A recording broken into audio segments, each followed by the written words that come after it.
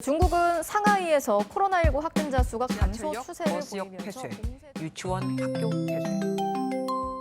안녕하세요 여러분, 정혜진입니다。我看韩国新闻有时候报道中国的消息，我得关心一下中国的老公，打电话问问。媳妇儿在韩国，通过韩国的新闻能够看到我们中国的情况。我呢在中国是通过媳妇儿拍的 vlog 能了解一下她在韩国的生活。这个婚结的跟没结一样，太棒了。当然了，可能有人会问，那你们两个就没一些互动吗？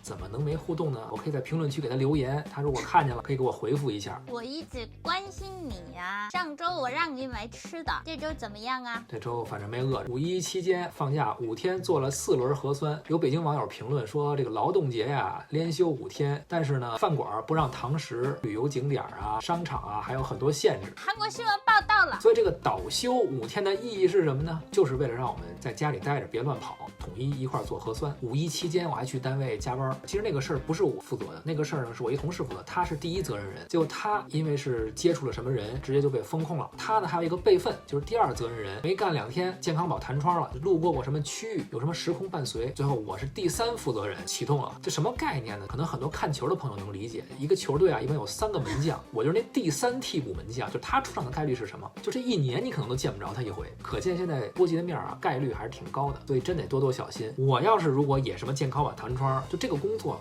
怎么办？都有代替的人啊。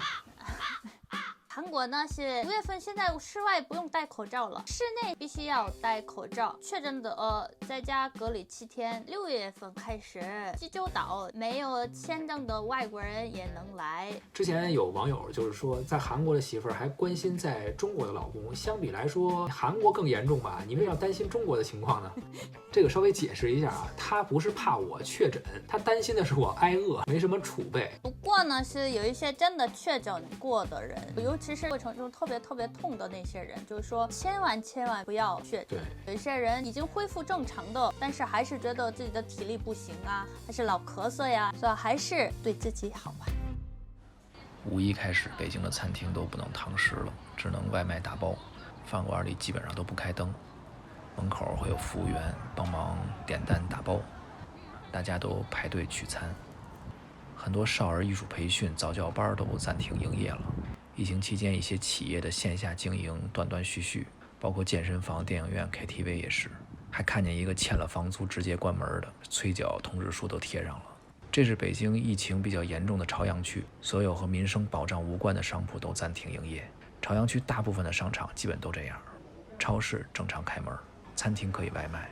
前几天朝阳区政府说，因为防疫暂停经营的小微服务型企业和员工会有一些保险的赔偿，希望能够解一些人的燃眉之急，希望生活尽快恢复到以前的样子吧。5月初我收到了一条短信，说我4月下旬去过风险地区，健康宝弹窗了，这意味着我哪儿也去不了了。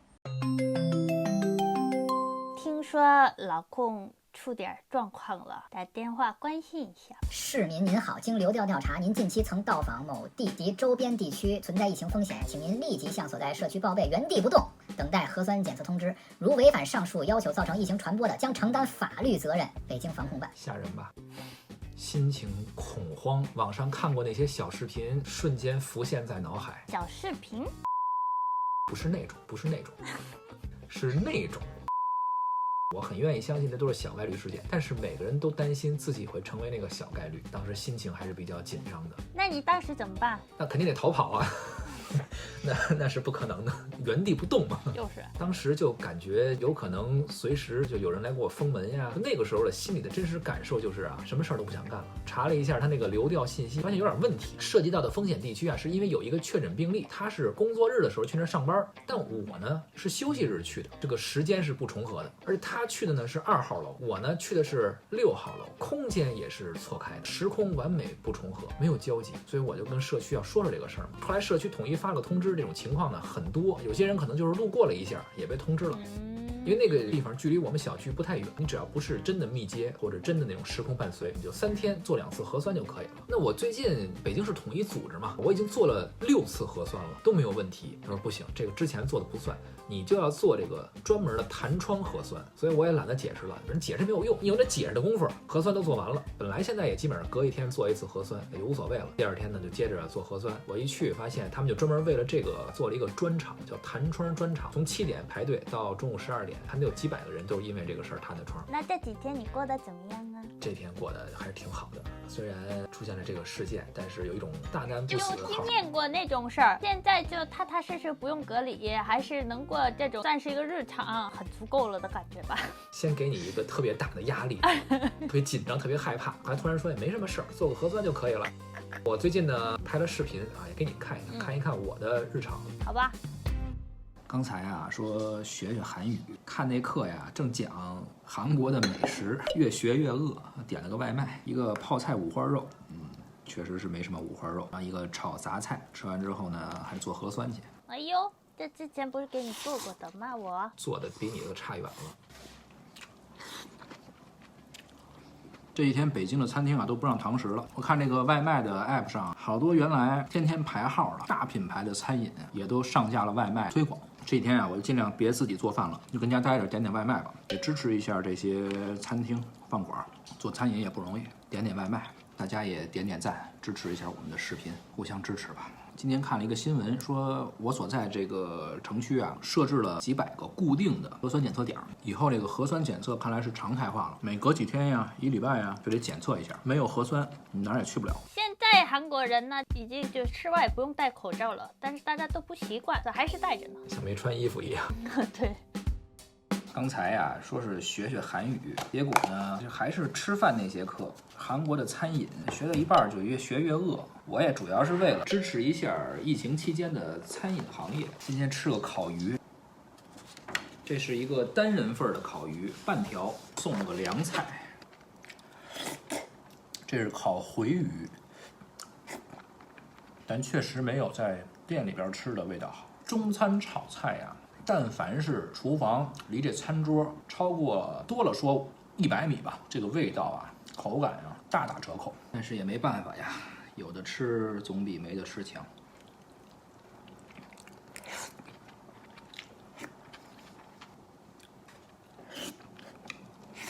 看看这个报纸上写什么了。海地地震重建期沦为失去的10年，法国罢工运动仍将持续，菲律宾火山喷发加剧海啸风险，澳大利亚总理启动救灾专项调查，皇马第11次捧起超级杯。反正就是国外很乱。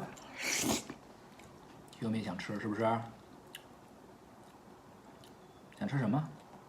有没也饿了是不是？今天自己做了一个烤五花肉，昨天剩的汤。我在想啊，以后如果哪一天突然间不用做核酸了，会不会不适应？似乎已经养成了一种每天做核酸的习惯。我那天听了一个网友留言说，他孩子4、5岁了吧，孩子现在玩过家家什么之类的，都是排队做核酸。他们觉得做核酸好像是生活中必须的一部分，童年已经留下了这种深刻的记忆了。龙凤胎他们就已经习惯了，出门一定要戴口罩，不戴口罩就不能出门，不能出门，是他们就这样说的。郑小珍看了看机票，目前呢，韩国来北京每个月只有1次航班，而且不能够直接到北京，需要到另一个城市，杭州或者大连。大连离北京近一点，当然最近的机票也要3、4个月以后了。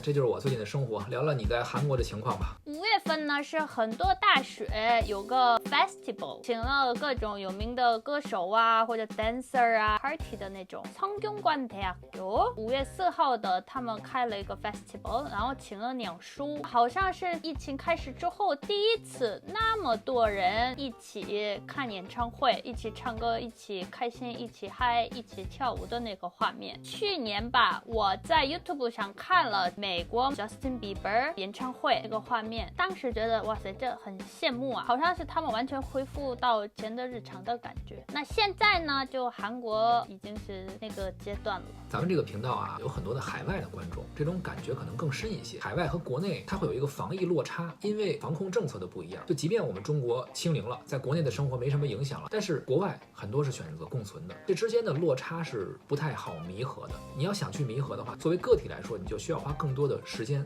或者需要花更多的钱。你比如留学、回国探亲，就可能要更多的隔离时间、更贵的机票或者更复杂的流程。有一些在海外的观众在这方面的感触会更深一些。咱们这些人似乎就是全球疫情最底层人士，就算一切都好转了，各个国家都按照他的方式恢复正常了，但是我们这种国际之间的往来的人，可能是最后才会被考虑到的。大家都好好保重吧，很理解你们的心情。郑小珍陪着你们。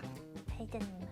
不过这个疫情期间呀，发现了一个不算好处的好处，它成为了一种婉拒的方式。以前啊，你看，比如说小珍想请你吃个饭，你不想接受，但是也不好拒绝，你怎么办？你说啊，行，下次有时间一块吃饭吧。下回有时间以后，现在不用，现在就是等疫情结束之后，过段时间情况好了，等解封了，不是我拒绝你，这个疫情期间咱们不要聚集嘛，就成了一种婉拒的方式啊。那等疫情过去之后，我好好写论文吧。而且很多人都愿意一起聚合呀什么的。现在韩国餐厅什么的都没有一个时间限制、人数限制。现在好多人都是像以前一样凌晨几点一起喝酒吃饭。所以对于我们这种宅人来说，可能还好。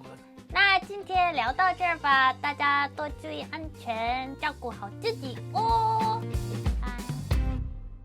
所以说啊，咱们俩这个感情啊，还是经受出了考验。一听说我要被隔离，当时郑小珍那种紧张的眼神和语气啊，其实我是能感受到的。我只要怕你隔离了，那 Kiyomi 谁遛啊？狗怎么玩啊？